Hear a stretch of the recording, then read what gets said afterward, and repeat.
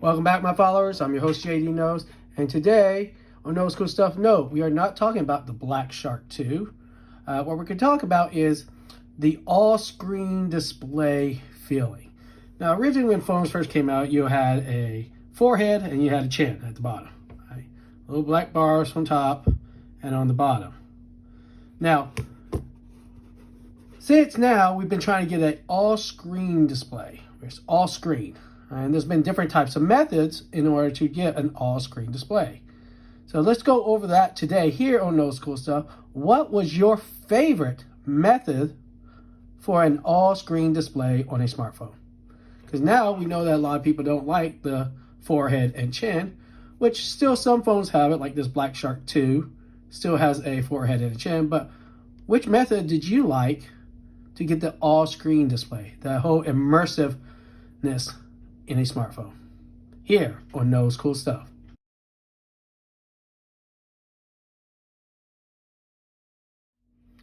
All right, the first method, the iPhone X, or the iPhone 10, depending how you want to call it. It came out with an all-screen display with a notch. Now, take a point, Samsung came out with the sides to be more filled out with their Samsung Galaxy line. I think it was the 5 or 6, I can't remember. But it had where the edges go all the way to the edges, but they still had a forehead and chin on the Samsung. When the iPhone X came out, it said, hey, look, we got an all screen except for that notch. Now, a lot of people didn't like the notch, but every other company did copy iPhone with the notch. Even in 2019, Huawei Mate 30 Pro did keep the notch. Now, why was the notch very important? Because of facial ID. You needed all those sensors in order to have a really secure facial ID. So, the first method, the notch. Did you like it or you didn't like it? Let me know down in the comment. All right, let's move to method number 2 for the all-screen display.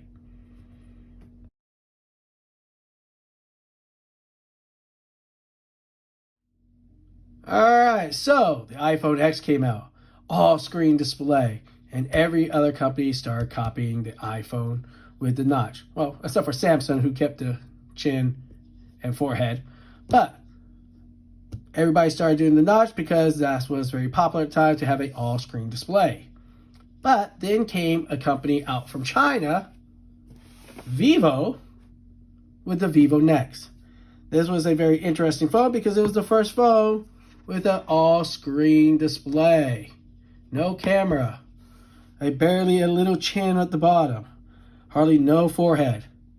And why they could do it? Because they came out with the pop-up camera. Now that same year, the Oppo Find X came out with a pop-up camera, but it was a full pop-up camera from the entire top part. All right. Now, right now, it became very popular because even to this day, we still have a couple of them. Like last year in 2019, we had the Redmi K20 Pro, which also had a pop-up camera. But they did this a little bit different because they added color to it, where light comes up on it. So this became very popular, and a lot of phones in China especially started using pop-up cameras.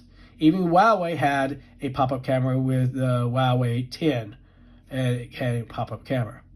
So these were very interesting things because the pop-up camera allow you to have a full screen with hardly no forehead and maybe a little chin at the bottom, and gives you more screen display. So this was method 2, the pop-up camera. Now let's go to method number 3, trying to get the all-screen display.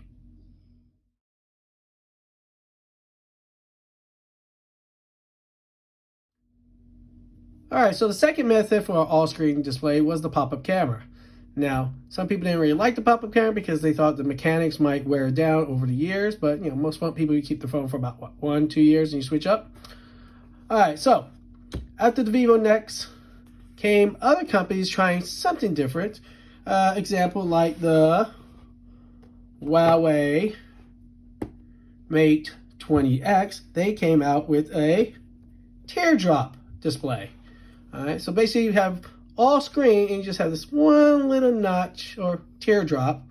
I don't know what you call it. Some people call it teardrop. Some people call it water drop. All right. So it has an all screen and just a little part just for the camera.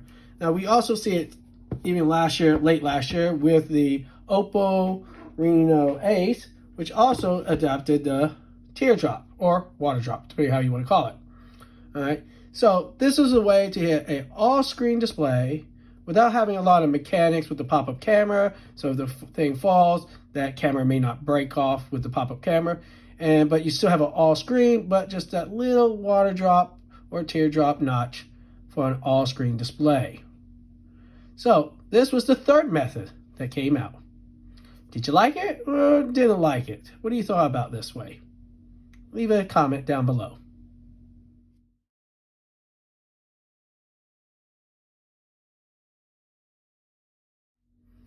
All right, so this was the third method, the teardrop or water drop notch. Now after that came well, I don't actually have the phones, was the smartphone slider phone.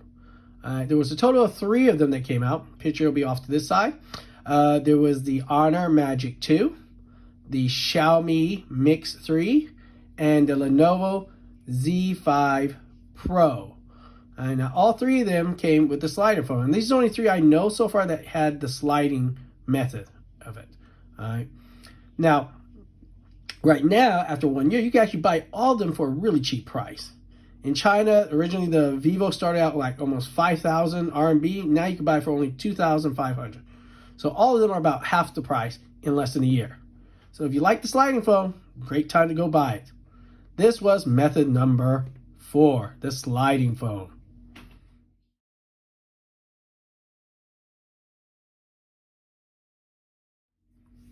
All right, so method number 5 was the dual screen phone. Now, I never actually bought it. I wanted to buy it, but never got around to it. It's basically like this. It had an all screen, and then it had a smaller screen on the bottom, right here on the back, and there was no front camera. You use the back, and the main camera is your front camera. All right. So there was a total of 3 of them that came out. 2 was by ZTE, and the other one was the Vivo Nex 2. All right. Now, all 3 of them were pretty cool. The Vivo Nex 2, I know you could buy for almost like 2,500. Originally started off around about 5,000. So, great time. Like I said, it's a great time to buy most of these ones for a really cheap price after 1 year.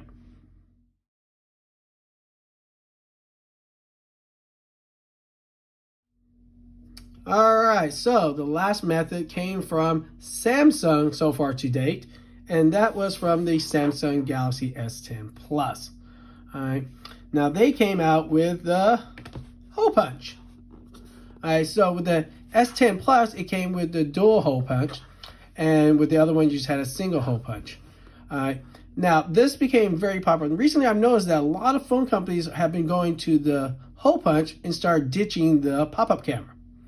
All right, so this was pretty good for the most part, because this dual one allowed you to have 2 cameras. The single one will have you just a smaller one. Plus, you get these cool little wallpapers that can cover up the hole punch.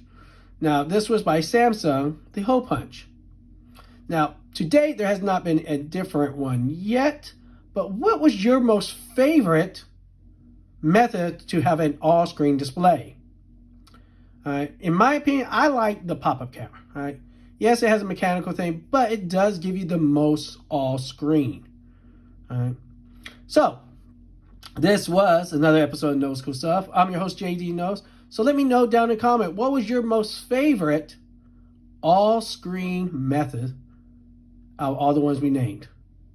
All right, until next time, I'm your host, JD Knoles again. And as always, my followers, be cool.